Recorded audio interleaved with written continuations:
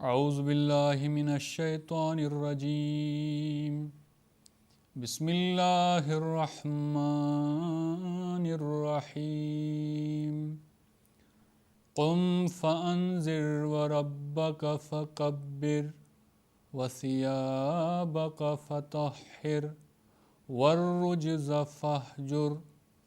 سورۃ المدثر آیت نمبر 3 تا 6۔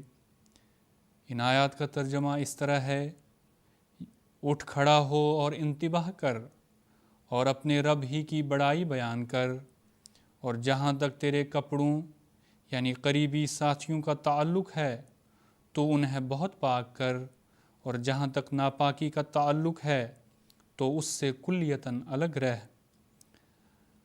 ناظرین کرام، آج کے درس حدیث کا موضوع ہے پاکیزگی اور باطنی صفائی۔ ناظرین کرام، اسلام دین فطرت ہے۔ فطرت صحیحہ کے سب اصول اور تقاضے اسلام میں موجود ہیں۔ اسلام نے صفائی پر بہت زور دیا ہے۔ ظاہری صفائی اور باطنی صفائی دونوں اختیار کرنے کی تعلیم دی ہے، کیونکہ ظاہر کا اثر باطن پر ہوتا ہے۔ ظاہری صفائی سے جسمانی صحت حاصل ہوتی ہے، جس سے باطنی صفائی کا حصول آسان ہو جاتا ہے، اور جب باطن بھی صاف ہو جائے تو انسان روحانی غلاظتوں اور کثافتوں سے پاک ہو کر خدا کا بندہ بن جاتا ہے۔ ناظرین، صفائی کے تعلق سے حضرت نبی پاک صلی اللہ علیہ وسلم کی مشہور حدیث ہے، جس کا ترجمہ پیش کرتا ہوں کہ صفائی ایمان کا حصہ ہے۔ مسلم کتاب الطہارت باب فضل الوضوء۔ جہاں تک ظاہری صفائی کا تعلق ہے، اس تعلق میں نبی پاک صلی اللہ علیہ وسلم نے تفصیلاً تعلیم دی ہے۔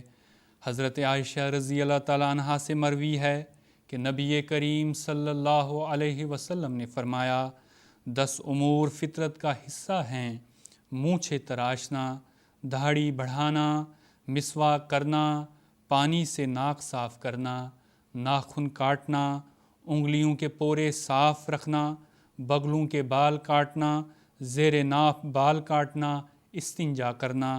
راوی کہتے ہیں کہ 10ویں بات بھول گیا ہوں، غالباً وہ کھانے کے بعد کلی کرنا ہے۔ مسلم کتاب الطہارہ۔ اسی طرح حضرت نبی پاک صلی اللہ علیہ وسلم نے راستوں اور ماحول کو صاف رکھنے کا بھی متعدد جگہ حکم فرمایا ہے۔ چنانچہ ایک جگہ فرماتے ہیں کہ راستے کے حقوق ادا کرو۔ ان حقوق میں ایک یہ بیان فرمایا، یعنی وہاں سے کانٹے یا تکلیف دہ اشیاء کو ہٹا کر صاف کرو۔ بخاری کتاب الایمان باب امور الایمان۔ اسی طرح آپ صلی اللہ علیہ وسلم نے جراثیم سے بچنے کی بھی تعلیم دی، تاکہ ان کے نتیجے میں انفیکشن اور بیماریوں سے محفوظ رہا جا سکے۔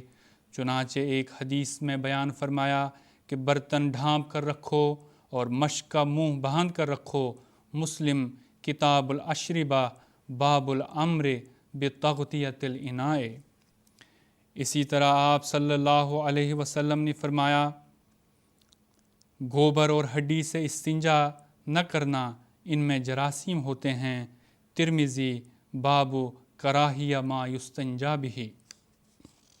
ظاہری صفائی کے ساتھ ساتھ باطنی صفائی پر بھی اسلام میں بہت زور ہے۔ نبی پاک صلی اللہ علیہ وسلم نے ایک حدیث میں یہ روایت ملتی ہے کہ آپ نے فرمایا: سنو، جسم میں گوشت کا ایک لوتھڑا ہے، جب وہ تندرست رہے تو سارا جسم تندرست رہے گا، اگر وہ خراب ہو جائے تو سارا جسم خراب ہو جائے گا۔ غور سے سنو، وہ گوشت کا لوتھڑا دل ہے۔ بخاری کتاب الایمان۔ حضرت مسیح موعود علیہ السلام اس تعلق سے فرماتے ہیں: ہر ایک قسم کی پلیدی سے پرہیز کرو۔ ہجر دور جانے کو کہتے ہیں۔ اس سے یہ معلوم ہوا کہ روحانی پاکیزگی چاہنے والوں کے لیے ظاہری پاکیزگی اور صفائی بھی ضروری ہے، کیونکہ ایک قوت کا دوسری پر اور ایک پہلو کا اثر دوسرے پر ہوتا ہے۔ رسالۃ الانذار صفحہ 60 تا 61۔ اسی طرح آپ علیہ الصلاۃ والسلام فرماتے ہیں جو شخص جسمانی پاکیزگی کی رعایت کو بالکل چھوڑ دیتا ہے وہ رفتہ رفتہ وحشیانہ حالت میں گر کر روحانی پاکیزگی سے بھی بے نصیب رہ جاتا ہے۔ روحانی خزائن جلد نمبر 14 صفحہ 332۔ حضرت خلیفۃ المسیح الخامس ایدہ اللہ تعالی بنصرہ العزیز فرماتے ہیں طہارت، پاکیزگی اور صاف ستھرا رہنا ایمان کا حصہ ہے۔ اب دیکھیں مومن کے لیے صفائی کا خیال رکھنا کتنا ضروری ہے، اور یہ احادیث اکثر مسلمانوں کو یاد ہیں، کبھی ذکر ہو تو آپ کو فوراً حوالہ بھی دیں گے، لیکن اصل بات یہ ہے کہ اس پر عمل کس حد تک ہے، یہ دیکھنے والی چیز ہے۔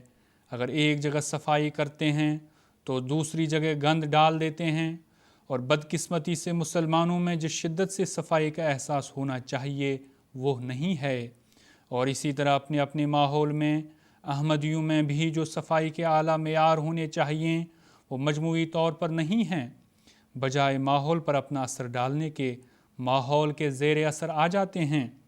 پاکستان اور تیسری دنیا کے ممالک میں اکثر جہاں گھر کا کوڑا کرکٹ اٹھانے کا کوئی باقاعدہ انتظام نہیں ہے، گھر سے باہر گند پھینک دیتے ہیں، حالانکہ ماحول کو صاف رکھنا بھی اتنا ہی ضروری ہے جتنا اپنے گھر کو صاف رکھنا، ورنہ تو پھر اس گند کو باہر پھینک کر ماحول کو گندا کر رہے ہوں گے اور ماحول میں بیماریاں پیدا کرنے کا باعث بن رہے ہوں گے۔ اس لیے احمدیوں کو خاص طور پر اس طرف توجہ دینی چاہیے، کوئی ایسا انتظام کرنا چاہیے کہ گھروں کے باہر گند نظر نہ آئے۔ خطبات مسرور جلد نمبر 2 صفحہ 261 تا 262۔ اللہ تعالی ہمیں ان خوبصورت تعلیمات پر عمل کرنے کی توفیق عطا فرمائے۔ وآخر دعوانا ان الحمد للہ رب العالمین۔ اللہم صلی علی محمد وآل محمد وبارک وسلم انک حمید مجید۔